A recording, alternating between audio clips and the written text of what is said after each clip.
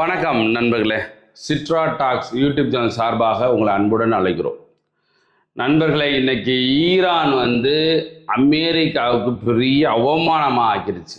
ஏன் அப்படின்னா, நேற்று ஈரான் கப்பலை சிறைபிடிக்கப்பட்டது அப்படின்றது ஒரு வீடியோ பார்த்தோம் இல்லையா?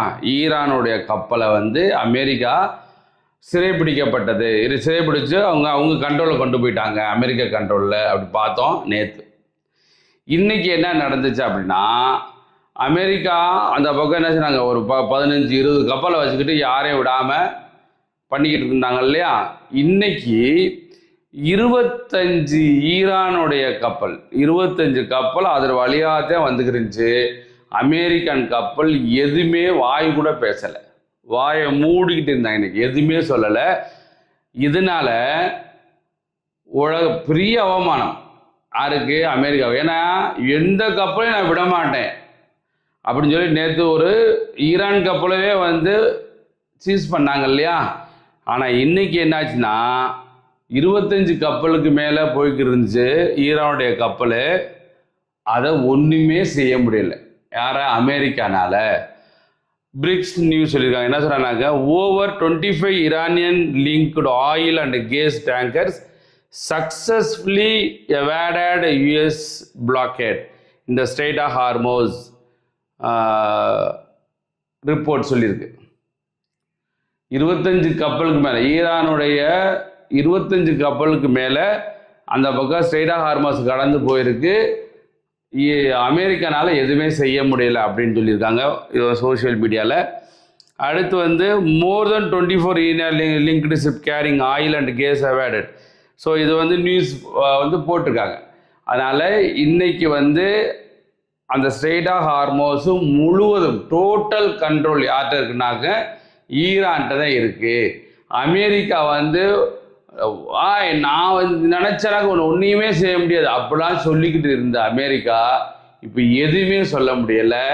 2ஆம் கட்ட பேச்சுவார்த்தை நடைபெறும் அப்படின்னு சொன்னாப்புல, 2ஆம் கட்ட பேச்சுவார்த்தைக்கு ஈரான் வர முடியாது, நீ செய்கிறத செய்ய அப்படின்னு சொல்லிட்டாப்புல. அடுத்து என்ன சொன்னாங்க அப்படின்னா, நீ அந்த ஈரான் கப்பலை பிடிச்சிருக்க, நீ விடலை அப்படின்னா எல்லா கப்பலையும் அடிக்க ரெடியாக இருக்கு. ஏவுகணை ரெடியாக வச்சுருக்காங்க. ஈரான் அடிக்கிறதுக்கு ரெடியாக வச்சுருக்காங்க.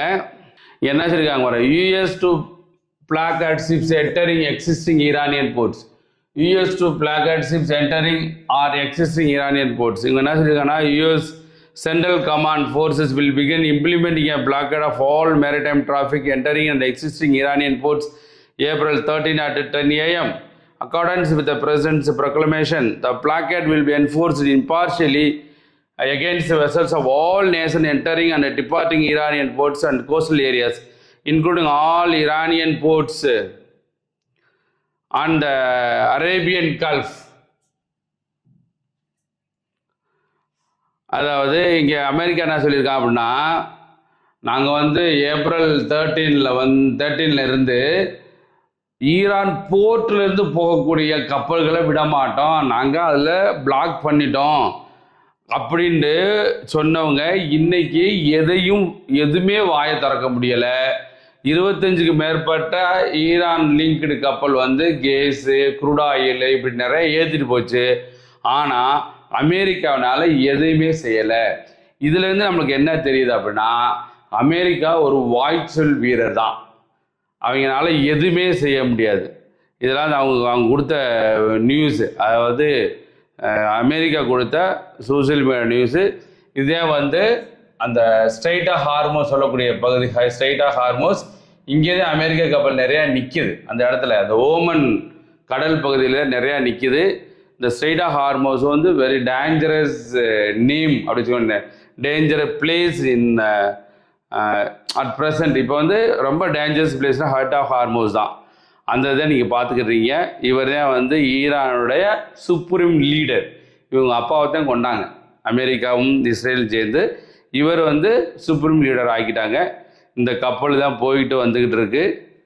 இந்த ஏரியாவில் தான் ஸ்ட்ரெய்ட் ஆஃப் ஹார்மோஸில் உலகத்தில் உள்ள 20% போக்குவரத்து வந்து இந்த பக்கம் தான் நடந்திருக்கு. 20% க்ரூட் ஆயிலு, கேஸு, ஃபெர்டிலைசரு, உரம் இருக்கா, யூரியா, இதெல்லாம் இந்த பக்கம் தான் வந்துக்கிட்டு இருக்கு.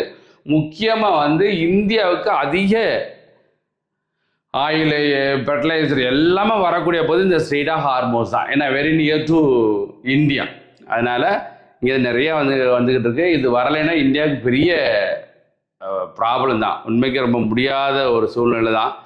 முடிஞ்ச அளவுக்கு வந்து இப்போ இந்தியா பயங்கரமாக வந்து தன்னுடைய செல்வாக்கை பயன்படுத்தி வேற நாட்டிலேருந்து நிறைய இறக்கிட்டு இருக்காங்க. இதை எப்படி சமாளிக்கணும் அப்படின்னு சொல்லி இறக்கிட்டு இருக்காங்க. உண்மைக்கு பாராட்டக்கூடிய விஷயம்தான். இப்போ இந்தியா இவ்வளவுக்கு பயங்கர எஃபர்ட் எடுத்து பண்ணிக்கிட்டு இருக்காங்க. இருந்தாலும் இந்த ஸ்ட்ரெய்ட் ஆஃப் ஹார்மோஸோட பிரச்சனை முடிஞ்சு அப்படின்னா இந்தியாவுக்கு பிரச்சனை கிடையாது.